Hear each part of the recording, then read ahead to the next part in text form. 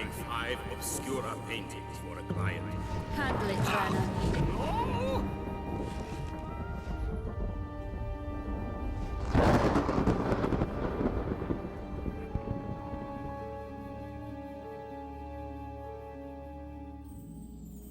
Greetings and welcome back to the second part of this review / retrospective / whatever it is the kids call videos like this these days. It's time to move on to the bad stuff about Lara Croft, Tomb Raider, The Angel of Darkness.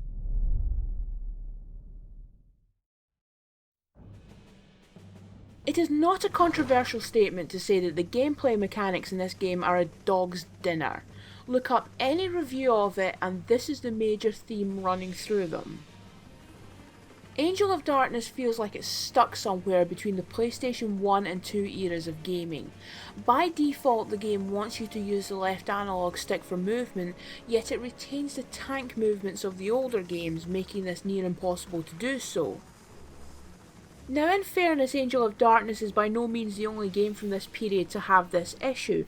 Resident Evil 4 is one of my all-time favourites, but I find moving Leon with the analog sticks a bit awkward. With both games I have an easier time using the D-pad for navigation, but at least everything else about Resident Evil 4's controls is good. Angel of Darkness's controls are painfully bad. Combat is utter bollocks. 99% of the time it is boring with no special tactic required other than to just draw your gun and pull the trigger.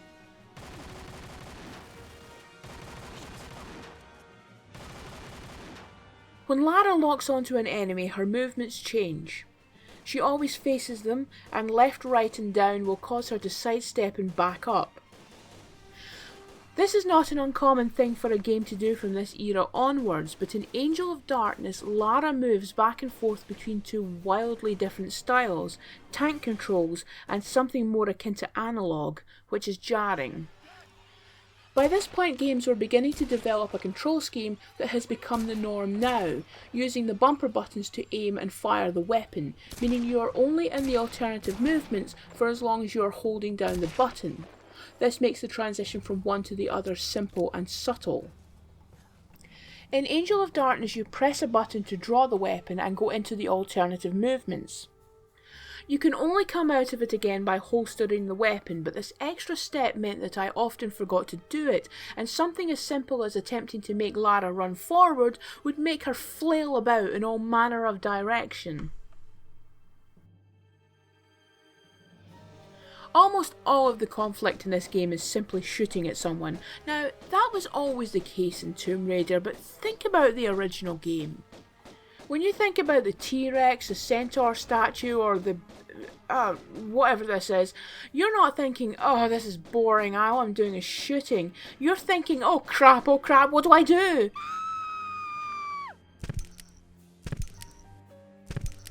The enemies in Angel of Darkness are utterly unremarkable in every conceivable way. The fight with the cleaner stands out as being particularly odd, as his appearance is always triggered by a specific action of Lara's. And waiting till she's picked up a gun is very sporting of him, but how does he know she's picked up the gun? A few minutes later he is triggered again by Lara picking up some ammo, but given he's behind a rather thick wall, I don't understand how he can see her. Much like the combat, it's another example of Angel of Darkness doing something that's still done in games now. The player doing X causes Y, but it's done with such a ridiculous lack of subtlety that it makes the game feel terribly dated. Now, that's not to say that there aren't times when it's clear the developers had some potentially good ideas. The confrontation with Brother Obscura is another interesting idea. You have to incapacitate him with your shotgun before you're able to grab a hold of the painting.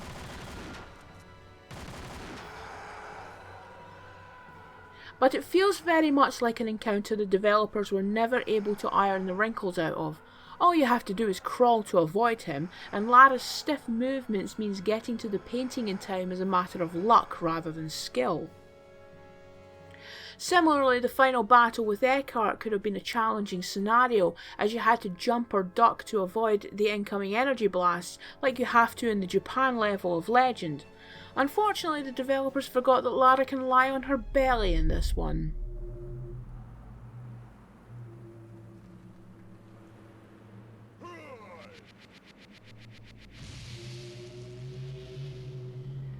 This game really wants you to be stealthy, but I can't for the life of me think why.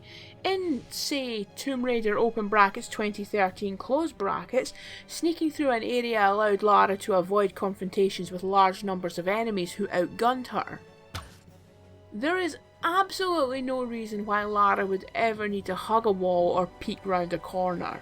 She is always well armed and locks onto enemies the femtosecond they come into view. It's the same with hand-to-hand combat. Yes, it's there, but there's no reason to ever actually use it.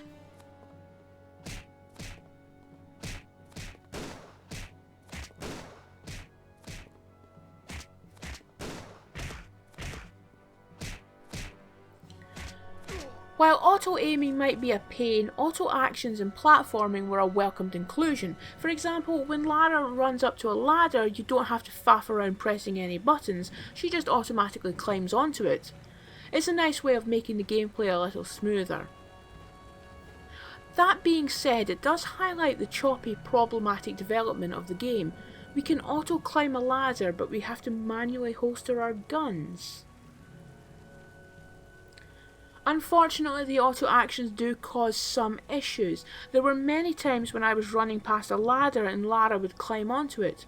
On one occasion during my Let's Play of the game, Lara decided to climb over some railings and fall to her death. No, Lara! Lara! Why? This was annoying in itself, but the fact that you don't seem to be able to do anything once Lara has begun the action, and the fact that her movements are so slow, means you just have to watch in horror as Lara commits suicide. There are no checkpoints or prompts to save at the end of a level, so you have to do it all manually, and given how wonky the controls and platforming are, you are going to want to save a lot. God help you if you struggle through a tricky bit only to die and have to do it all over again. And then there's the jumping. Oh God, the jumping. It probably was a bit odd that Lara's world was one of right angles, but it worked. If you were going to do a standing jump or a running jump, you knew exactly what kind of a distance you were going to traverse and could plan your movements accordingly. There were puzzles designed around your understanding of how the jumping worked. Yes, occasionally there was a silly moment, but most of the time, if a jump went wrong, it was because you misjudged the distance. In Angel of Darkness, you have so many different jumps, the hop and the standing, running and sprinting jumps, all covering different distances. I can't begin to count the amount of times I overshot because a standing jump in this game is about 5 meters. A running jump results in Lara traversing a distance an Olympian would be jealous of. The sprinting jump is only really used in the second last level, so it's just a gimmick. A cool looking gimmick, but a gimmick.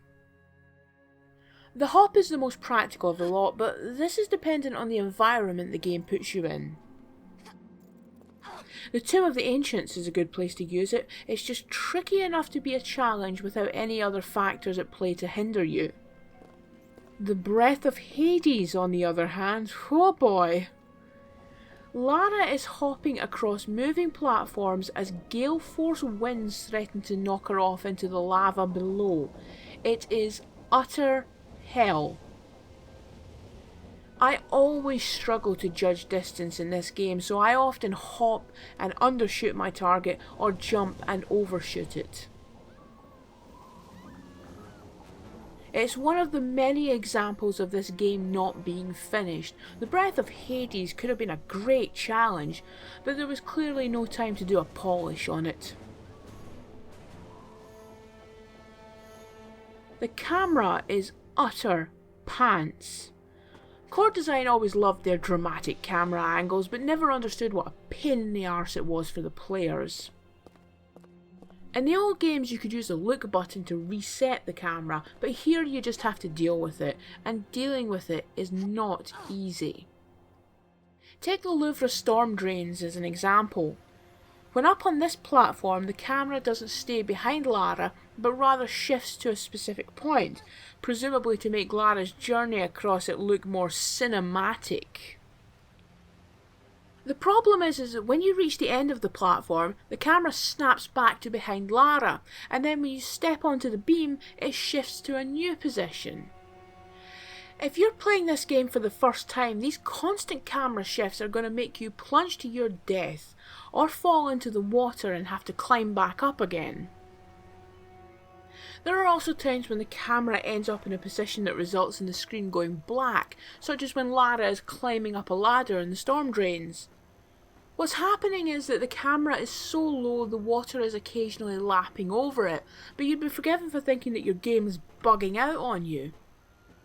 There's instances when you just can't see anything at all because something has gotten in the way of the camera. I can smell oil. I'd better be careful. Ah yes, Lara, because careful is your middle name. The level up system is another example of the game trying to do something new with Tomb Raider, and indeed in the reboot series it has become a common feature. But where those games make the progression of skills feel natural, you build up the skill points as Lara performs actions in-game, Angel of Darkness takes a curious approach. I feel stronger now. Does Lara need to push something but she isn't strong enough? No problem, she'll just push this other thing and then tell you she feels stronger. My strength is increasing. Need to kick a door in? No problem, she'll just kick something else and tell you her legs feel stronger. My strength is increasing. It's such a shallow way to do it. How does pushing something suddenly cause Lara's muscles to bulge to such an extent she magically becomes stronger? My legs feel stronger. That being said, you do feel the effects of levelling up over time. The grip bar turns some aspects of platforming into timed activities, and while the allotted time is often quite tight, it does become noticeably longer as the game progresses. An evil night to be out alone, Miss Croft. Our streets are not safe anymore. Angel of Darkness is both the introduction and swan song of dialogue options in the Tomb Raider franchise, which is probably a good thing because, let's face it, they are utterly meaningless. If you're nice to Kaveh, she'll give you the notebook. If you're mean to her, you'll have to find it in a drawer, but either way, you're leaving the apartment with it. Bouchard killing you if you're a dick to him is only a minor inconvenience because all you have to do is reload the last save file. Wouldn't it have been more interesting if the way you behaved towards him dictated the kind of kit you got at Ren's pawn shop? It's little things like this that highlight the tiredness of everyone behind the scenes. This is also evident in the puzzle solving. There are one or two moments when it's not too bad. Poisoning the tree in the bioresearch facility took me a moment to figure out, and the ancient mechanism that opens the pathway to the Temple of the Ancients is pretty cool. But when it comes down to it, they're still lever pulling puzzles, and we've done those already. Nothing much has changed since the PlayStation 1 games. Lara's still running around collecting keys or keycards to open doors. She's still pushing blocks about. She's still pulling levers and turning valves. How many times is the problem, Lara will be steamed to death unless you turn a valve? The first time I played the demo for Tomb Raider Legend, I was so relieved doing the seesaw puzzle, because even though it's a simple puzzle, it was something new. You weren't flipping a switch or collecting a keycard. Lara was using her physicality to solve the problem. Angel of Darkness doesn't really have anything new in its puzzles. It just has the same things we've done in the previous 5 games. So we've looked at the good, the sort of good, and the bad. In the third video, we need to ask ourselves, how did this game come to be the way it is, and who is to blame?